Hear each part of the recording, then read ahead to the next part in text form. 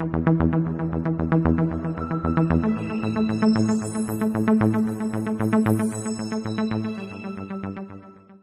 mesdames et messieurs, bienvenue dans votre journal hebdomadaire sur La Nouvelle Express. Sans plus tarder, nous allons dans l'actualité.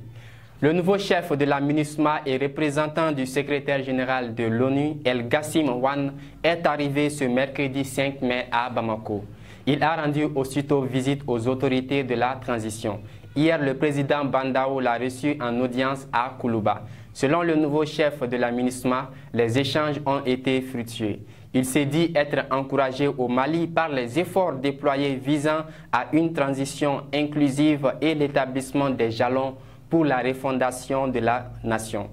Il a réaffirmé l'engagement de la MINUSMA à continuer à amplifier son soutien dans les efforts qui ont été déployés sous la direction de l'ex-chef de la MINUSMA, Mohamed Anadif.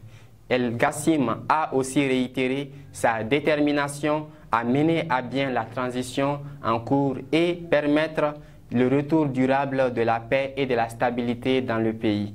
De nationalité mauritanienne, le nouveau chef de la MINUSMA a derrière lui une carrière de 25 ans dans la prévention des conflits, la médiation et le maintien de la paix, a indiqué l'ONU dans un communiqué annonçant sa nomination. Il a aussi été chef de cabinet et conseiller principal du président de la Commission de l'Union africaine entre 2017 et 2019, après avoir été sous-secrétaire général des Nations Unies aux opérations de maintien de la paix entre 2016 et 2017. El Gassim Wane est titulaire d'une maîtrise en droit public international et relations internationales et d'un diplôme de 3e cycle en études internationales européenne. Une loi qui fait du bruit au sein de la population. La proposition de loi de Gabriel Magma Konaté portant régime spécial de pension de retraite et autres avantages accordés aux anciens présidents de l'Assemblée nationale ou de tout autre organe parlementaire ou législatif a été retirée ce mercredi 5 mai. La proposition de loi datant du 8 avril 2021 est parvenue au public au début de la semaine suite à la publication du document sur la page Facebook de Gabriel Magma Konaté. Très vite, les internautes se sont insurgés sur la page avec des vives critiques et protestations contre la loi. Après 2 sorties médiatiques de M. Gabriel Magma Konaté, où il expliquait que cette loi permettrait aux anciens hauts dignitaires de la nation de ne pas vivre dans la précarité après leur fonction, les pluies d'invectives contre le conseiller législatif de la transition n'ont pas cessé. Il a affirmé sur la chaîne de télévision Africable, je cite, « J'ai vu des femmes d'anciens présidents de l'Assemblée nationale errer dans les couloirs de l'hémicycle à la recherche de la pitance. Mais cet argument n'a pas suffi à calmer les ardeurs. Ce mercredi 5 avril, la proposition de loi jugée comme budgétivore par beaucoup de Maliens a été retirée. Une bonne et extraordinaire nouvelle. Notre concitoyenne Halima Cissé, la maman qui portait une grossesse à foetus multiple et qui avait été transférée dans une clinique marocaine après un séjour de 2 semaines à l'hôpital Gabriel Touré, a accouché ce mardi 4 mai au Maroc. L'information a été donnée à travers un communiqué du ministre de la Santé et du Développement social, Dr Fanta Sibi. Elle annonce que la maman a accouché par césarienne de 9 bébés au lieu de 7 annoncés par les résultats d'échographie faites au Mali et au Maroc. La maman et les 9 nouveau-nés, dont 5 filles et 4 garçons, se portent tous bien, assure-t-elle dans le communiqué. La prise en charge financière de l'évacuation sanitaire a été faite par l'État et avec une contribution multiforme des citoyens maliens. Le ministère de la Santé a félicité les médecins et remercié toutes les personnes dont la générosité est à l'origine de l'issue heureuse de cette grossesse. Tension au sein du rap malien. Le rappeur Madou Gassamadi Gaspi a été arrêté ce mardi 4 mai et placé sous mandat de dépôt par le procureur du tribunal de la commune 4. L'arrestation fait suite à une bagarre qui a eu lieu ce week-end dernier avec lui et le rappeur Brahima dit Le Fou. Ce dernier aurait lui aussi été arrêté par la police du pays après une courte période où il demeurait introuvable. La bagarre a été diffusée en direct sur la page Facebook de Gaspy avant de faire du buzz sur les autres réseaux sociaux. Rappelons que les deux rappeurs avaient débuté leur carrière ensemble au sein du groupe Ghetto Cafri avant son éclatement suite à des divergences entre les membres. La séparation s'est suivie de nombreux clashs et des défis lancés l'un contre l'autre. C'est ces derniers jours que la tension entre les deux rappeurs est arrivée à son summum avec une altercation devant la porte de la radio Joliba FM où Gaspy était invité pour une émission de rap. Hors des frontières du Mali, une attaque terroriste a eu lieu ce lundi 3 mai dans l'est du Burkina Faso, dans la commune du Futuri, près de la frontière du Niger.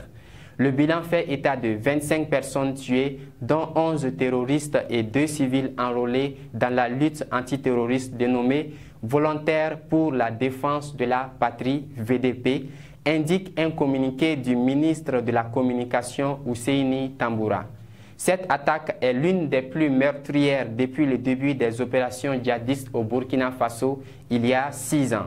Elle est survenue après une semaine, une embuscade contre une unité mixte anti-braconnage dans cette même région, à la suite de laquelle 2 journalistes espagnols et un défenseur irlandais de la faune sauvage, d'abord portés disparus, ont été exécutés par les terroristes, selon les autorités du Burkina Faso.